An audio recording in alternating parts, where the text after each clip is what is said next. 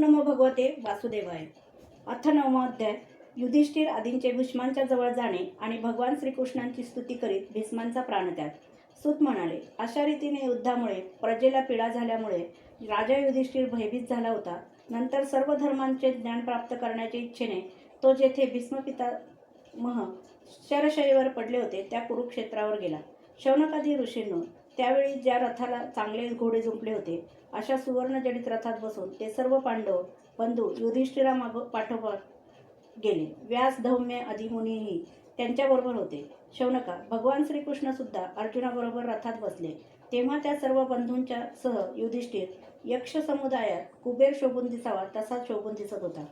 आपले अनुयायी आणि भगवान श्रीकृष्णांच्या बरोबर तेथे गेल्यानंतर पांडवांना दिसले की स्वर्गातून पडलेल्या एखाद्या देवासारख्या भीष्म पितामह पृथ्वीवर पडले होते। सर्वांनी त्यांना प्रणाम केला।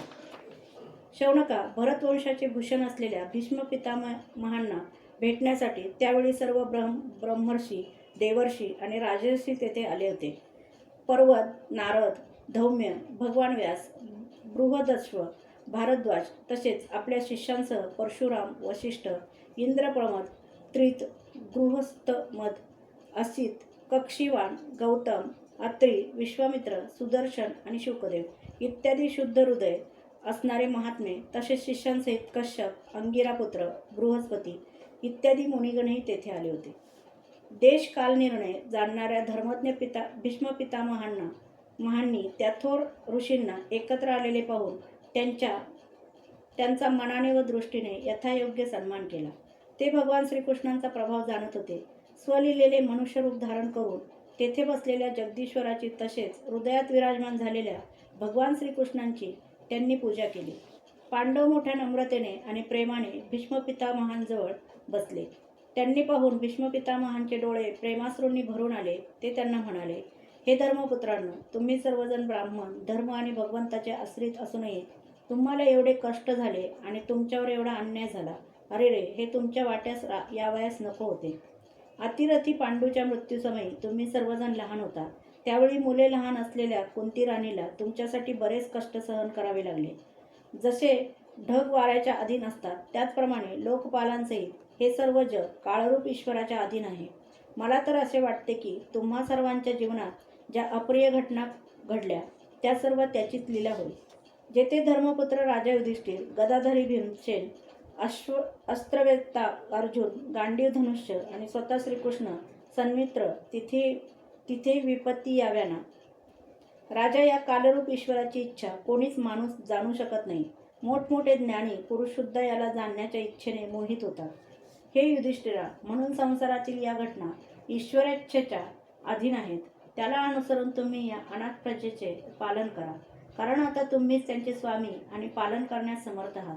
हे भगवान श्रीकृष्ण साक्षात आदिपुरुष नारायण आहेत। आपल्या मायेने लोकांना मोहित करून यदुवंशामध्ये गुप्त रूपाने हे लीला करीत आहेत। यांचा अत्यंत गूढ प्रभाव भगवान शंकर, देवर्षी नारद आणि स्वतः भगवान कपिल हेच जाणतात। ज्याला तुम्ही आपण मामे भाऊ, प्रिय मित्र, सर्वात श्रेष्ठ असा हितकर्ता मानता, तसेच प्रेमाने ज्याला तुम्ही आपला मंत्री, दूत एवढेच काही सारथी बनविताने संकोच केला नाही, ते श्रीकृष्ण स्वतः परमात्मा आहेत। हा सर्वात्मा समदर्शी, अद्वितीय, अहंकाररहित आणि निष्पाप असून उच्च नीच कारणामुळे कधी कोणात भेदभाव करीत नाही। हे युधिष्ठिरा, पाहणा, अशा प्रकारे समदृष्टी असूनही ते आपल्या अनन्यप्रेमी भक्तांवर किती कृपा करतात आणि केवळ याच कारणास्तव माझ्या प्राणत्यागाच्या वेळी भगवान श्रीकृष्णांनी मला साक्षात दर्शन दिले।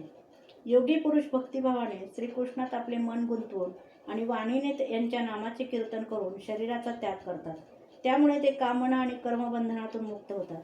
प्रसन्न हर्ष आणि रक्तकमलांप्रमाणे अरुण नेत्र असणारे ज्यांचे मुखकमल आहे, ज्यांचे लोकांना केवळ ध्यानात दर्शन होते, ते चतुर्भुज देवेश्वर भगवान श्रीकृष्ण मी प्राणत्याग करीपर्यंत येथेच राहावेत।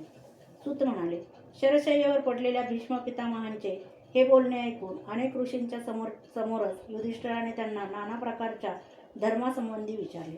तसेच तत्ववेत्ता भीष्म पितामहांनी वर्ण आणि आश्रमानुसार असणारे पुरुषांचे स्वभाव विहित धर्म, वैराग्य व आसक्तीमुळे होणारे निवृत्ती आणि प्रवृत्तीरूप द्विविध धर्म, दानधर्म, राजधर्म, मोक्षधर्म, स्त्रीधर्म आणि भगवत धर्म यांचे वेगवेगळे संक्षेपाने आणि विस्तारपूर्वक वर्णन केले. शौनका त्याचबरोबर धर्म, अर्थ, काम, मोक्ष हे 4 पुरुषार्थ, त्यांच्या प्राप्तीची साधने याविषयी अनेक उपाख्याने आणि इतिहास सांगत विभागता वर्णन केले. अशा प्रकारे भीष्म पितामह धर्मप्रवचन करीत होते. तशात उत्तरायण सुरू झाले. इच्छामरणी योगी पुरुष याचीच इच्छा करतात. त्यावेळी अतिरथी भीष्मांनी मौन धारण करून अनासक्त मन सगळीकडून काढून घेऊन ते समोर असलेल्या आदिपुरुष पितांबरधारी चतुर्भुज भगवान श्रीकृष्णांच्या ठिकाणी एकाग्र केले. त्यांच्या शस्त्रप्रहारांच्या वेदना भगवंताच्या दर्शनाने तात्काळ नाहीशा झाल्या. तसेच भगवन मूर्तीवर शुद्ध धारणा केल्याने सर्व अशुभही नष्ट झाले. आता शरीरत्याग करण्याच्या वेळी त्यांनी आपल्या सर्व इंद्रियांच्या वृत्तींचा विलास रोखून मोठ्या प्रेमाने भगवंताच्या स्तुतीस सुरुवात केली. भीष्म म्हणाले, माझी अत्यंत शुद्ध आणि कामनाविरहित झालेली बुद्धी मी मृत्यूसमयी यदुवंश शिरोमणी अनंत भगवान श्रीकृष्णांच्या चरणी समर्पित करतो. ज्या प्रकृतीच्या द्वारे ही सृष्टी परंपरा चालू आहे, त्या प्रकृतीचा ते सदा सर्वदा आपल्या आनंदमय स्वरूपात राहूनही कधी लीला करण्याच्या हेतूने स्वीकार करतात. ज्यांचे शरीर त्रिभुवनात सुंदर तसेच तमाल वृक्षाप्रमाणे सावळ्या वर्णाचे आहे, ज्यावर सूर्यकिरणांसमान श्रेष्ठ पितांबर झळकत आहे, ज्यांच्या कमलमुखावर कुरळे केस भुरभुर उडत आहे, त्या अर्जुन सखा श्रीकृष्णांवर माझे निष्काम प्रेम असो. युद्धाच्या वेळी ज्यांच्या चेहऱ्यावर भुरभुर उडणारे कुरळे केस घोड्यांच्या टापांच्या धुळीने माखले होते आणि धर्मबिंदू त्यावर शोभत होते, मी माझ्या तीक्ष्ण बाणांनी ज्यांच्या अंगावर प्रहार करीत होतो, त्या सुंदर कवचधारी भगवान श्रीकृष्णांच्या ठिकाणी माझे मन रममाण होऊ. आपला मित्र अर्जुन याच्या म्हणण्याप्रमाणे ज्यांनी ताबडतोब पांडव सेना आणि कौरव सेनेच्या मध्ये आपला रथ आणला आणि तेथे थांबवून ज्यांनी आपल्या केवळ दृष्टीने शत्रुपक्षाच्या सैनिकांचे आयुष्य हिरावून घेतले, त्या पार्थ सखा भगवान श्रीकृष्णांवर माझे परमप्रेम निर्माण होईल. अर्जुनाने जेव्हा लांबूनच कौरवांच्या सैन्यातील प्रमुख अशा आम्हाला पाहिले, तेव्हा स्वजनांचा वध हे पाप समजून तो युद्धापासून परावृत्त झाला. त्यावेळी ज्यांनी गीतेच्या रूपाने आत्मविद्येचा उपदेश करून त्याच्या अज्ञानाचा नाश केला, त्या परमपुरुष श्रीकृष्णांच्या चरणांवर माझी प्रीती जळो. श्रीकृष्णांना हातात शस्त्र घ्यावयास लागेल अशी मी प्रतिज्ञा केली होती. ती सत्य आणि श्रेष्ठ ठरविण्यासाठी त्यांनी आपली शस्त्र ग्रहण न करण्याची प्रतिज्ञा मोडून रथातून खाली उडी मारली आणि सिंह जसा हत्तीला मारण्यासाठी त्याच्यावर तुटून पडतो, त्याप्रमाणे रथाचे चाक घेऊन माझ्याकडे झेप घेतली. त्यावेळी ते इतक्या वेगाने पळत आले की त्यांच्या खांद्यावरील उपरणे खाली पडले आणि त्यामुळे पृथ्वी थरथर कापू लागली. आततायी अशा मी तीक्ष्ण बाण मारून त्यांच्या शरीरावरील कवच तोडून टाकल्यामुळे त्यांचे शरीर रक्तबंबाळ होऊ लागले होते. अशा स्थितीत ते मोठ्या वेगाने मला मारण्यासाठी माझ्याकडे येत होते. असे भगवान श्रीकृष्णच माझे एकमात्र आश्रय असो. अर्जुनाच्या रथाचे रक्षण करण्यासाठी डाव्या हातात घोड्याचा लगाम आणि उजव्या हातात चाबूक घेतल्यामुळे सुंदर दिसणाऱ्या भगवान श्रीकृष्णांच्या ठिकाणी मरणासन्न असलेली माझी परमप्रीती निर्माण होऊ. युद्धात मरणारे वीर याच रूपाचे दर्शन करीत राहिल्या कारणाने सारूप्य मोक्षाला प्राप्त झाले. ज्यांची हावभावयुक्त सुंदर चाल आणि क्रीडा, मधुर हास्य, प्रेमपूर्ण दृष्टी यामुळे अत्यंत सन्मानित झालेल्या गोपी रासलीलेत जेव्हा ते श्रीकृष्ण अंतर्धान पावले, तेव्हा प्रेमोन्मानाने धुंद होऊन ज्यांच्या लीलांचे अनुकरण करून तन्मय होऊन गेल्या, त्या भगवान श्रीकृष्णांवर माझे परमप्रेम राहो. युधिष्ठिराच्या राजसूय यज्ञाच्या वेळी मुनी आणि मोठमोठे राजे लोक उपस्थित असलेल्या सभेत ज्या दर्शनीय भगवान श्रीकृष्णांची अग्रपूजा झाली होती, ते सर्वांचे आत्मा असलेले प्रभू माझ्यासमोर उभे आहेत. जसा एकच सूर्य अनेकांच्या नेत्रांना अनेक रूपामध्ये दिसतो, तसेच स्वतःच निर्माण केलेल्या अनेक प्राण्यांच्या हृदयात ते अनेक रूपांनी भासतात.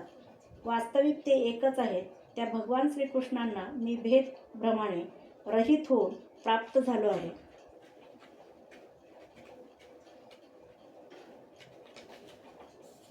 सूत म्हणाले, अशा प्रकारे भीष्मांनी आपले मन, वाणी आणि दृष्टी यांच्या वृत्तीने आत्मस्वरूप भगवान श्रीकृष्णांमध्ये स्वतःला लीन करून घेतले.